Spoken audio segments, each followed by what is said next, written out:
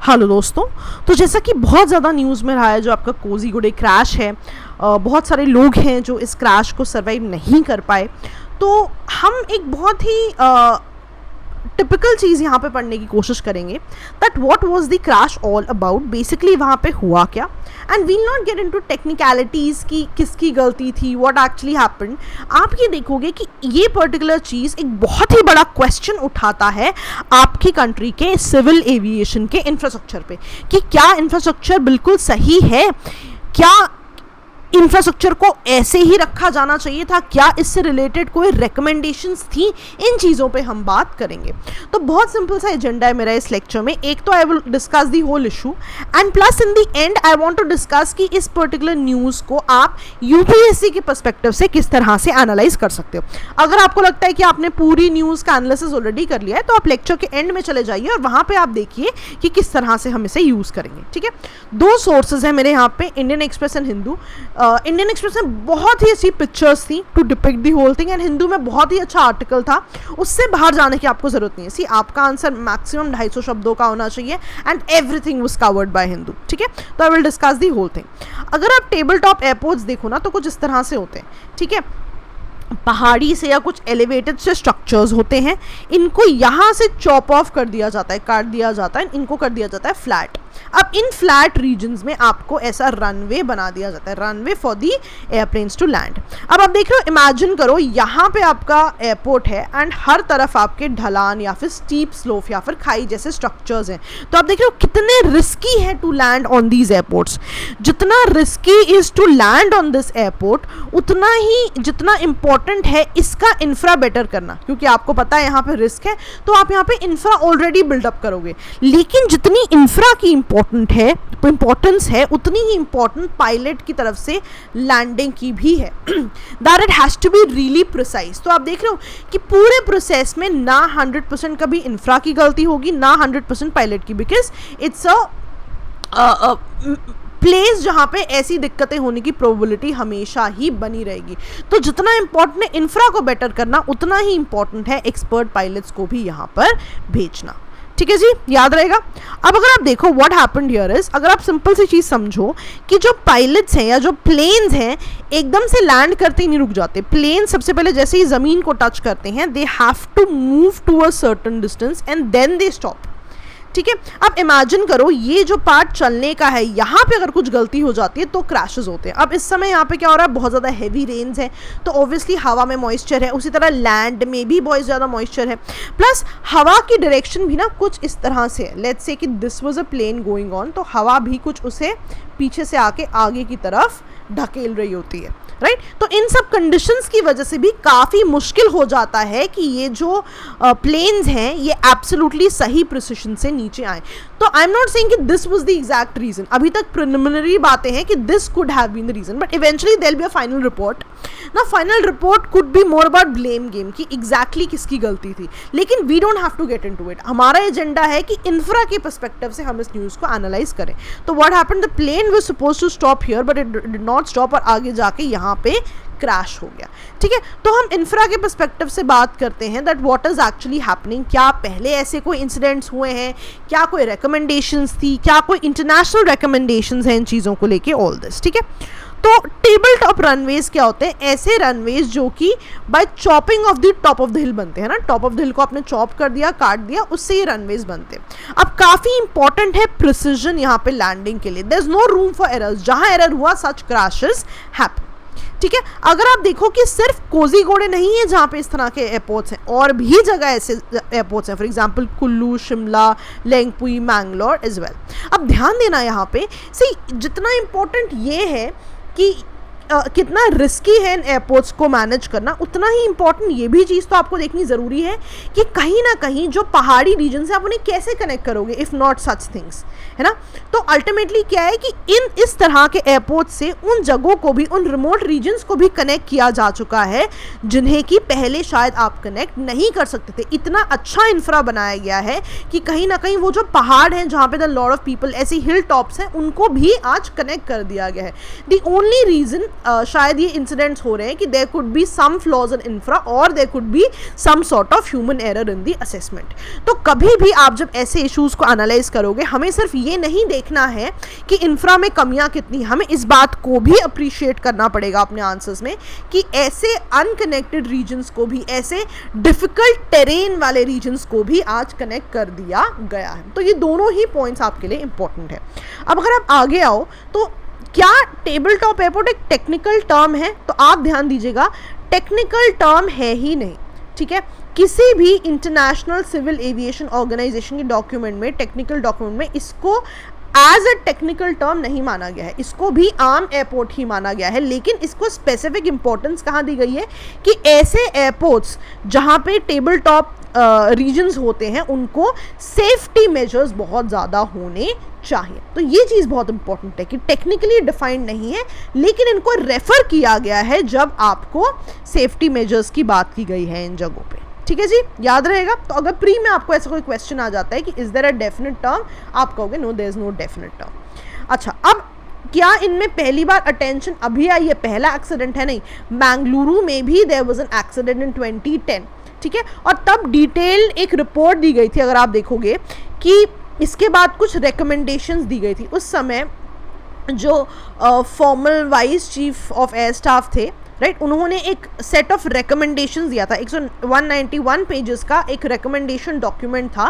कि इस तरह के जो टेबल टॉप एयरपोर्ट्स हैं वहाँ पे क्या किया जाना चाहिए। सबसे उन्होंने बोला कि डाउनवर्ड स्लोप नहीं होना चाहिए। डाउनवर्ड स्लोप एज इन, मान लो कि पहाड़ी रीजन है आपका and let's say this was the airport है ना, तो वो कह रहे हैं कि this has to be straight, ऐसा ना हो कि डाउनवर्ड स्लोप हो और जो प्लेन है वो नीचे की तरफ गिर जाए, ठीक है। एक और चीज़ उन्होंने बोली, यहाँ पे ग्राउंड अरेस्टिंग सिस्टम होना चाहिए। ग्राउंड अरेस्टिंग सिस्टम क्या होता है, देखो लेट्स से कि यहाँ से आपका एयरप्लेन आ रहा था, अब इसके बिल्कुल एंड में जो आपका रनवे है, इसके एंड में कुछ इस तरह का स्ट्रक्चर बनाया जाता है, ठीक है। आप देख रहे हो कि इसके कलर और उसके कलर में डिफरेंस है, तो कुछ इस तरह का ना स्ट्रक्चर बनाया जाता है, थोड़ा सा ऊपर उठाया जाता है ज़मीन को और काफ़ी हार्ड स्ट्रक्चर बनाया जाता है कि एरोप्लेन मान लीजिए यहाँ स्मूथ सरफेस से आ रहा है, तो जैसे ही इस पे आए तो ये कहीं ना कहीं रुक जाए।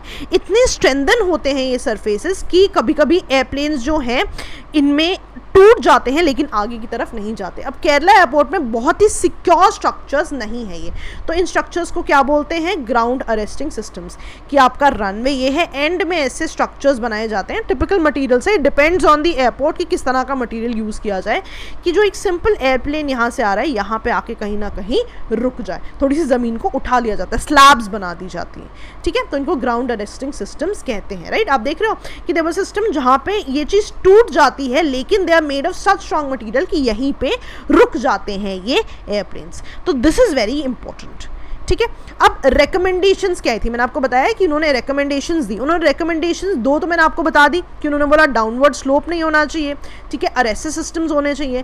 फिर उन्होंने बोला कि पायलट को वाइल लैंडिंग कुछ विजुअल रेफरेंस सिस्टम दिए जाने चाहिए ना, maybe some sort of visuals with the help of what you call cameras और visual with the help of simulations, ऐसा दिया जाना चाहिए कि उन्हें दिखे कि कितना रीजन आगे वो जा रहे हैं, ठीक है। तो ऐसा नहीं है कि उनके पास विजुअल सिस्टम्स नहीं होते हैं, बट उनको और बेटर बनाने की बात की जा रही है। फिर वो कह रहे हैं कि जो टावर्स हैं वो बहुत ज़्यादा हेल्प करने चाहिए उन्हें, उस समय गाइडेंस होनी चाहिए। आपने देखा होगा हमेशा एयरपोर्ट्स के पास टावर्स होते हैं ना, जो उनको बोलते हैं कि एयरपोर्ट की जो प्लेन है फ्लाई करेगा नहीं करेगा। आपने मूवीज़ में भी देखा होगा कि a lot of time planes जो हैं पहले टावर्स से पूछते हैं that can they start the flight और नॉट। तो कहीं ना कहीं टावर्स को भी इनमें बहुत ज़्यादा हेल्प करनी चाहिए। One very important thing, aerodrome risk assessment होना चाहिए। Aerodrome as an associated with an airport. तो एयरपोर्ट का रिस्क असेसमेंट क्या है, ये होना चाहिए कि मान लीजिए एयरपोर्ट टेबल टॉप है तो ऑब्वियसली वहाँ पे रिस्क ज़्यादा है, तो उनका असेसमेंट किया जाना चाहिए। अकॉर्डिंगली वहाँ पे जो है डिफरेंट सॉर्ट ऑफ सर्विसेज देनी चाहिए। फॉर एग्जाम्पल ऐसे एयरपोर्ट्स में रेस्क्यू और फायर फाइटिंग सर्विस होनी ही चाहिए। तो डिपेंडिंग अपॉन द रिस्क आप वहाँ पे डेफिनेटली सर्विसेज को प्रोवाइड कीजिए, ऐसा उन्होंने रेकमेंड किया। अब क्या इस पूरे बात में कोई इंटरनेशनल गाइडलाइंस है, आपने ये तो बता दिया कि जो इंडियन रिकमेंडेशंस थी वो क्या है, बट क्या एयरपोर्ट्स के लिए कोई ICAO डॉक्यूमेंट है? ICAO क्या होता है?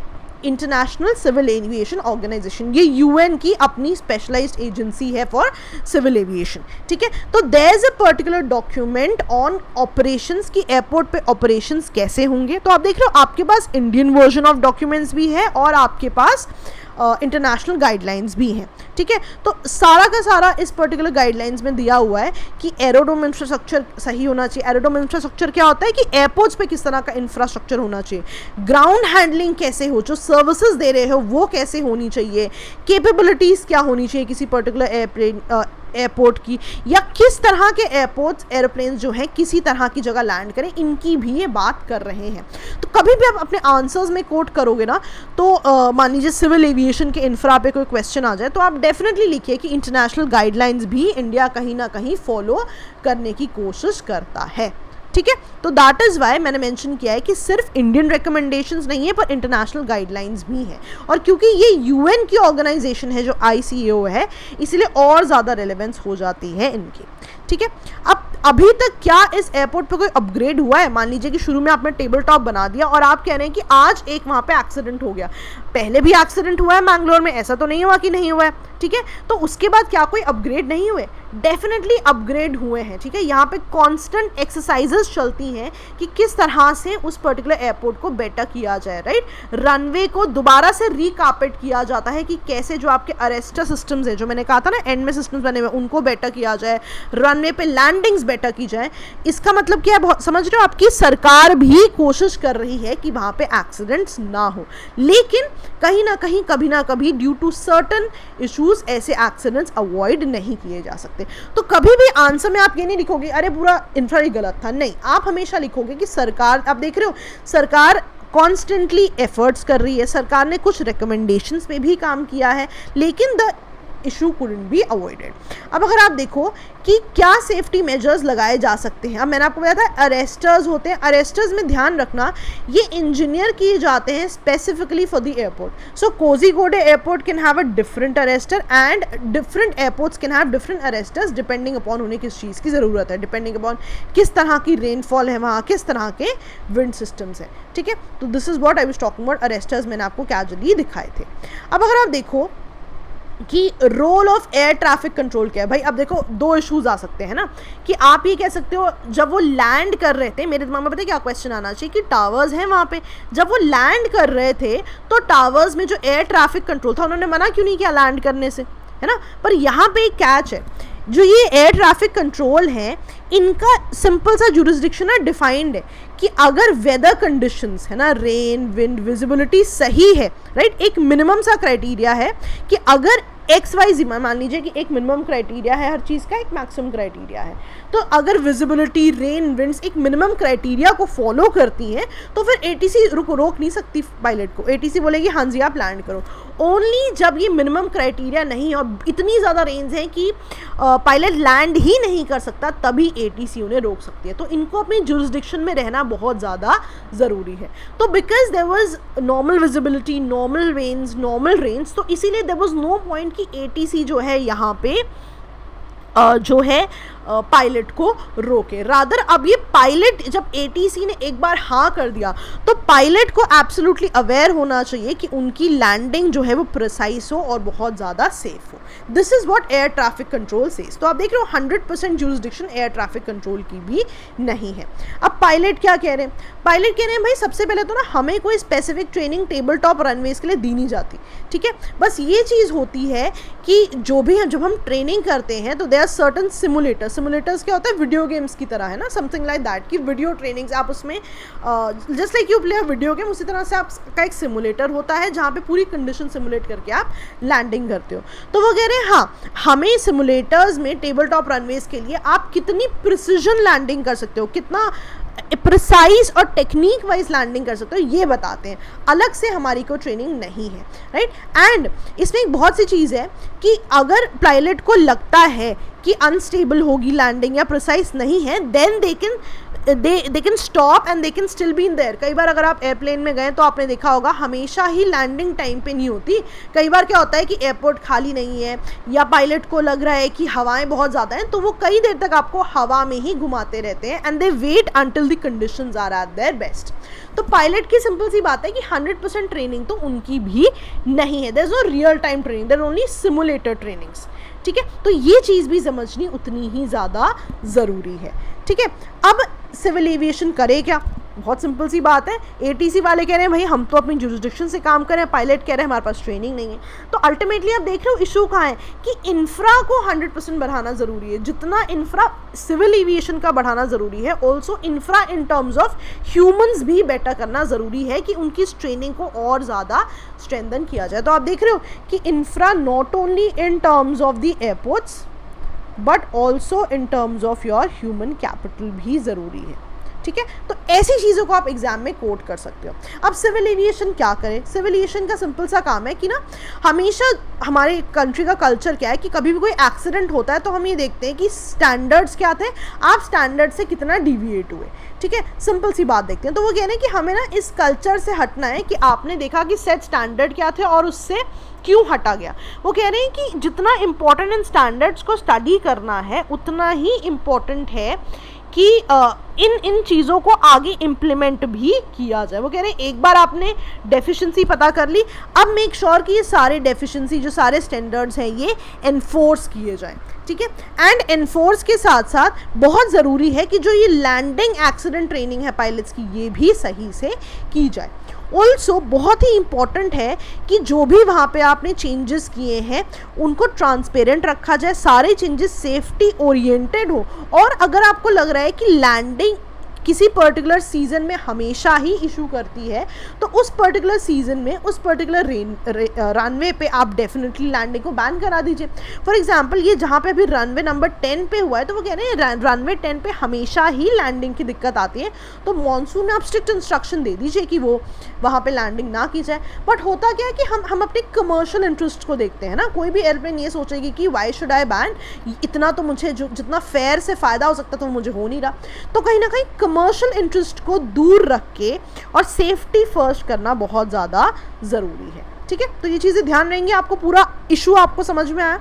ठीक है, अब ना बहुत सिंपल सी बात है कि कुछ तरह के क्वेश्चन आ सकते हैं। या तो आपको टेबल टॉप एयरपोर्ट पे फुल फ्लेश्ड क्वेश्चन आ जाएगा। फुल फ्लेश्ड क्वेश्चन के लिए इतना डेटा बहुत है, सी 250 मार्क्स 250 वर्ड्स का आंसर है, this is more than enough. आपको पता है कि डेफिनेशन क्या है, आपको पता है कि इशू क्या आता है from the terms of ATC and from the terms of pilot, आपको पता है कि वे फॉरवर्ड क्या हो सकते हैं। हमने 4-5 चीज़ें लिख ली और आप चाहो तो कहीं पे ये भी लिख सकते हो कि रिकमेंडेशंस क्या थी और आप लिख सकते हो कि इंटरनेशनल गाइडलाइंस भी हैं। तो आप देख रहे हो पूरे इशू के लिए 250 शब्दों का आंसर आपके पास बना हुआ है। ठीक है, एक और चीज़ जो आ सकती है आपको क्वेश्चन में, इंफ्रा का बहुत इंपॉर्टेंट टॉपिक है। तो देखो जैसे ना इंफ्रा पे डायरेक्टली क्वेश्चन आ सकते हैं कि इंडिया का इंफ्रा कैसा है या उसमें इश्यूज़ क्या है। तो उसमें क्या होगा, जब आप इंफ्रा कोट करोगे, इंफ्रा तो डिफरेंट तरीके का हो सकता है, एजुकेशन का इंफ्रा हो सकता है, हेल्थ का इंफ्रा हो सकता है और ट्रांसपोर्ट का इंफ्रा हो सकता है। तो जब भी आप ट्रांसपोर्ट का इंफ्रा करोगे, अब एक सिंपल अप्रोच क्या होती है, जब हमसे इंफ्रा पूछते हैं हम सिविल एविएशन का इंफ्रा अलग दे देते हैं, हम रेलवेज का इंफ्रा अलग देते हैं। अब हम क्या करेंगे, उसको प्रॉपरली प्लेस करेंगे। ट्रांसपोर्ट के आगे हम 4-5 ऑप्शंस लिखेंगे, है ना, transport in terms of transport कहाँ गया, हाँ, हम ट्रांसपोर्ट के सामने, ठीक है, 3-4 ऑप्शंस बनाएंगे। हम ट्रांसपोर्ट पे सबसे पहले लिखेंगे रेलवेज़, ठीक है, इसी तरह करते करते हम कहीं पे सिविल एविएशन में भी आएंगे। और जब सिविल एविएशन के आप इश्यूज़ बताओगे तो आप वहाँ पे टेबल टॉप वाले इशू को डिस्कस कर दोगे। ठीक है, कि ऐसे भी कुछ इश्यूज़ हैं जहाँ पे हमें और ज़्यादा इंफ्रा को बेटर करने की ज़रूरत है। तो आप देख रहे हो सिंपल इंफ्रा के क्वेश्चन को हमने और बेटर कैसे बना दिया, हमने इस एग्जाम्पल को कोट कर दिया। मार्क्स तो एग्जाम्पल्स के ही है ना, सिविल एविएशन में सब लोग यही लिखेंगे कि इंफ्रा प्रॉपर नहीं है, पर आप उसका एग्जाम्पल भी लिखोगे कि टेबल टॉप एग्जाम्पल है उसका बेस्ट। अब इकोनॉमी में डायरेक्ट क्वेश्चन कैसे आ सकता है, आपने न्यूज़ में पढ़ा होगा कि नेशनल इंफ्रास्ट्रक्चर पाइपलाइन प्रोजेक्ट है। यहाँ पे क्या हो रहा है, हर तरह के इंफ्रा को बढ़ाया जा रहा है। तो मान लीजिए आपसे पूछे जाते हैं कि सजेस्ट कीजिए कि किस तरह के इंफ्रा को बनाया जाना चाहिए और क्यों। तो इसमें भी आप हर तरह के इंफ्रा की बात करोगे। जब आप ट्रांसपोर्ट की बात करोगे वहाँ आप सिविल एविएशन की बात करोगे, again you can coat this particular point. ठीक है, सिंपल था। अच्छा, अब मान लीजिए आपको सिविल एविएशन के इंफ्रा पे अलग से पॉइंट आ गया। ठीक है, तो अब ये क्वेश्चन है पूरा सिविल एविएशन पे। यहाँ पे क्या है ना, इन दो चीज़ों में कहीं एक एक सिंगल पॉइंट आप कोट करोगे which will give you extra marks. लेकिन अगर आपका पूरा क्वेश्चन सिविल एविएशन इंफ्रा पे, अब यहाँ पे आपको लंबा आंसर देना पड़ेगा। अब यहाँ पे पता है आप क्या लिखोगे, यहाँ पे आप वो चीज़ लिख दोगे जो मैंने आपको बताई थी कि अगर मैं इस पूरे मुद्दे का प्रो लिखूँ तो प्रोज क्या होगा कि ऐसे रीजन्स को भी आज सिविल एविएशन ने कनेक्ट किया है जहाँ पर कि पहले इंफ्रा नहीं था, for example table top airports. लेकिन फिर आप कॉन्स में लिखोगे इशू क्या है कि टेबल टॉप का जो इंफ्रा है कहीं ना कहीं उसको और प्रिसाइज होने की ज़रूरत है। तो आप देख रहे हो, depending upon the question you will quote this. जहाँ पे is just a small part आप उसको थोड़े से में कोट कीजिए, जहाँ पे this a full fledged question आप उसको प्रोज कॉन्स पे पूरे को कोट कीजिए। Then there could be an ethics case study something like this, है ना, कि मान लीजिए आप ऐसे किसी एयरपोर्ट से एसोसिएटेड हो और आपको लगता है कि इंफ्रा प्रॉपर नहीं है, right, what will you do, what methods will you suggest. अब मेथड्स कौन से सजेस्ट करोगे आप, जो मैंने आपको वे फॉरवर्ड पढ़ाया है कि ग्राउंड अरेस्टर्स होने चाहिए, ट्रेनिंग प्रॉपर होनी चाहिए, प्रिसिशन प्रॉपर होना चाहिए। तो आप देख रहे हो इतनी सिंपल सी न्यूज़ को कितने तरीके से यूपीएससी आपसे पूछ सकता है। सिमिलरली क्या सभी रिकमेंडेशंस इंप्लीमेंट होती हैं, ये GS2 का बहुत इंपॉर्टेंट सवाल है कि हर बार मान लीजिए कमिटीज़ या कमीशंस बिठाए जाते हैं और रिकमेंडेशंस कभी भी क्या उसी समय इंप्लीमेंट कर दी जाती है। कई बार आप देखते हो किसी किसी इशू पे 5-6 आपकी कमिटीज़ या कमीशंस बैठ जाते हैं and still things are not implemented. तो जैसे कि आप बहुत सारे और एग्जाम्पल्स के साथ, मान लीजिए कि आपने लक्ष्मीकांत में पढ़ा होगा कि बहुत सारे मान लीजिए सेंटर स्टेट रिलेशंस में there have been 2-3 commissions. Similarly local government में भी बहुत सारे कमीशंस रहे, राइट। तो कहीं ना कहीं आप सिविल एविएशन के इस कमीशन की रिकमेंडेशन को भी बोल सकते हो कि इन्होंने रिकमेंडेशन तो दी है लेकिन 100% अभी तक इम्प्लीमेंट नहीं हुई है। तो आप देख रहे हो सेम चीज़ को आपने इकोनॉमी में भी GS3 में भी कोट कर दिया, केस स्टडी में आपने GS4 में कोट कर दिया और आपने इम्प्लीमेंटेशन रिकमेंडेशंस को पॉलिटी के GS2 में भी कोट कर दिया। जब आप एथिक्स केस स्टडी में कोट करोगे ना तो एग्जाम्पल बहुत ज़्यादा इंपॉर्टेंट है, तो आप इसको एज एग्जाम्पल कोट कर दीजिए, राइट। तो ये चीज़ें आपको पता होनी बहुत ज़्यादा ज़रूरी है। और कहीं पे भी ना एक बहुत इंपॉर्टेंट चीज़ मैं आपको बताती हूँ, कॉन्टेक्स्ट बहुत ज़्यादा इंपॉर्टेंट होता है। कॉन्टेक्स्ट का क्या मतलब है, मान लीजिए जैसे क्वेश्चन आ गया आपको what is a table top airport, क्या इश्यूज आते हैं और सजेस्ट सम रेमेडीज कि ये टेबल टॉप एयरपोर्ट्स का इंफ्रा बेटर किया जाए। अब ऐसे क्वेश्चंस में ना अगर आपको पता है कि इसके पीछे का करंट अफेयर क्या था, you should definitely quote it. मान लीजिए अगर टेबल टॉप एयरपोर्ट का क्वेश्चन आ गया और आपने इंट्रोडक्शन दे दिया, इंट्रोडक्शन में अगर आप लिख दोगे ना कि the context of the question is कि कोझीकोड में एयरक्राफ्ट में क्रैश हुआ था, दैट फेचेज यू एक्स्ट्रा मार्क्स। ठीक है, या मान लीजिए कि किसी भी पर्टिकुलर इवेंट पे आपको कोई क्वेश्चन आ गया एंड यू कैन रिलेट कि अच्छा ही उस वजह से आया होगा, definitely if you quote the context आपके मार्क्स बढ़ जाते हैं। तो ये भी चीज़ आपको ध्यान में रखनी ज़रूरी है। तो आई होप इस पूरे इशू की इम्प्लीमेंटेशन आपको समझ में आ गई या एप्लीकेशन समझ में आ गई और इससे आप अपने आंसर्स को और बेटर करोगे। देखो जितने एग्जाम्पल्स आप कोट करोगे ना उतने ही बेटर आपको मार्क्स मिलेंगे। ठीक है जी, चलिए that was all from my and. Okay दोस्तों, बाय बाय।